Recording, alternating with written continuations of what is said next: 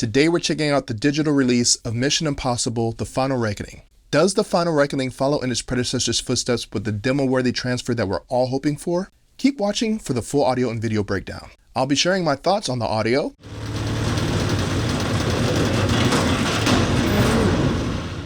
Atmos hide effects,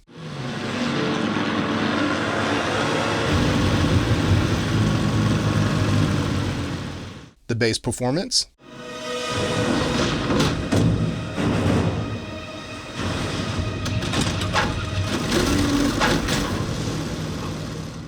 and we'll take a look at the video quality. As always, let me know your thoughts in the comments below once you've had a chance to watch it.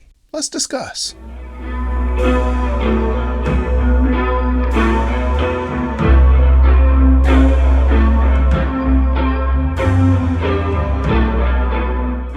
For this review, my setup includes 11 Arendal speakers and a 7.3.6 configuration, 5 1723S monitors for the front stage and rear surrounds, 2 1961 monitors for side surrounds, 2 1961 bookshelf, and 4 1961 height speakers for a total of 6 height speakers. For the low end, I've got dual 18-inch JTR RS1s and a 21-inch Mag Theatron subwoofer for maximum impact. Processing the audio is a Trinnov Altitude 16 with an Amplitude 16 amplifier. On the visual side, I've got a MadVR NV core processing an Epson QB1000 4K projector, made it to a 110-inch acoustically transparent CMOS screen with the center channel behind the screen. Okay, so when I first reviewed The Final Reckoning in my immediate out-of-the-home theater reaction, I noted that the audio was acceptable, but really only if you turned up the volume significantly. Since that initial viewing, Climactic has pushed out significant updates to improve both audio and visuals. And after a complete rewatch with these system enhancements, the audio does sound much better. Granted,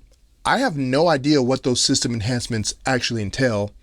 I just know that there was a noticeable difference in SPL levels and audio fidelity. The levels seem to be mixed better, now to match normal, comfortable listening levels, requiring far less adjustment to achieve that fully immersive feeling. But you can still crank it and get even more dynamic range. That is a huge win for dynamic range. Let's focus on the vertical dimension. The Atmos hot effects are relatively decent overall, providing some great top to bottom movement, particularly in the chaotic chase scenes and during the descent into the deep sea wreckage. We get some very good separation in the sound field, and the surround activity sounds wonderfully spacious, putting you right inside the action environment.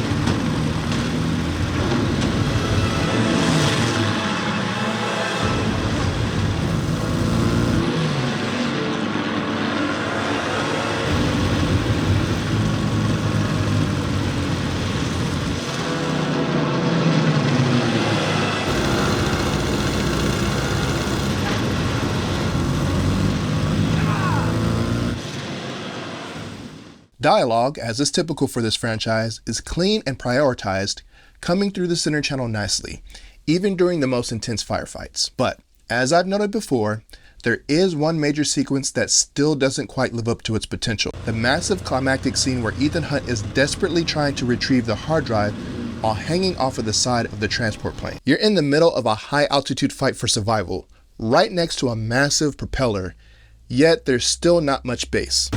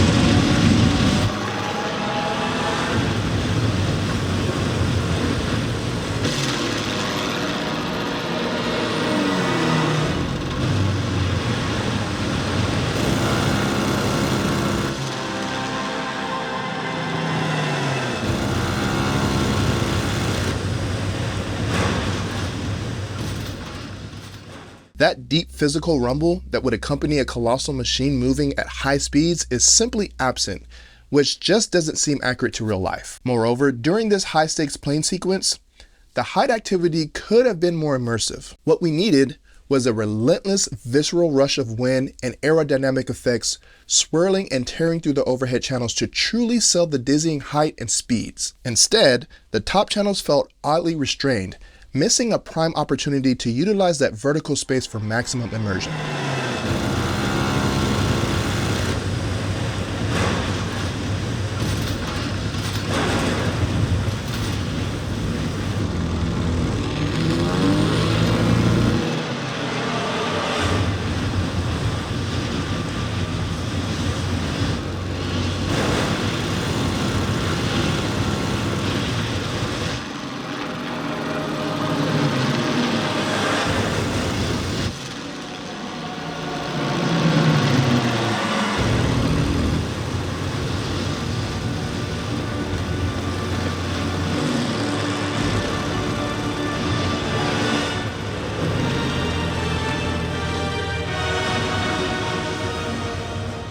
Visually, the Final Reckoning looks excellent with those grandiose Imax shots. This is a very sharp presentation, albeit with some grain throughout, but with a fantastic HDR grade. Colors are bold and rich, especially the exotic locations. Black levels are excellent and deep, particularly during the shadow-filled initial acts, with plenty of detail maintained in low-light scenes. Overall, I'd give Mission Impossible: The Final Reckoning an 8 out of 10 for audio in this updated viewing. It's a great mix that opens up significantly after system updates, providing spatial clarity and excellent surround activity. However, the missed opportunity for truly impactful bass and the less than immersive height activity in that climactic plane stunt keeps it just shy of being an all-time demo disc. If you're a fan of the franchise, then this is an absolute must-add to your collection. The overall soundscape is thrilling, even if that one crucial aero scene doesn't deliver the chest-thumping bass and vertical fury it deserved. For visuals, I'll go with a strong 8 out of 10. It seems Hollywood doesn't care as much about transferring those epic IMAX scenes from our favorite blockbuster movies, so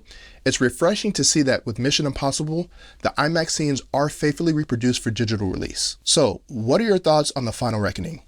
Are you planning to add it to your collection? What are your thoughts on the audio and video quality? Let me know down in the comments. And if you enjoyed this review, be sure to hit the subscribe button and hit the bell notification so you don't miss any future movie reviews and home theater related content. Thank you for watching, and I'll see you in the next video. Only one of us has a parachute. Good luck.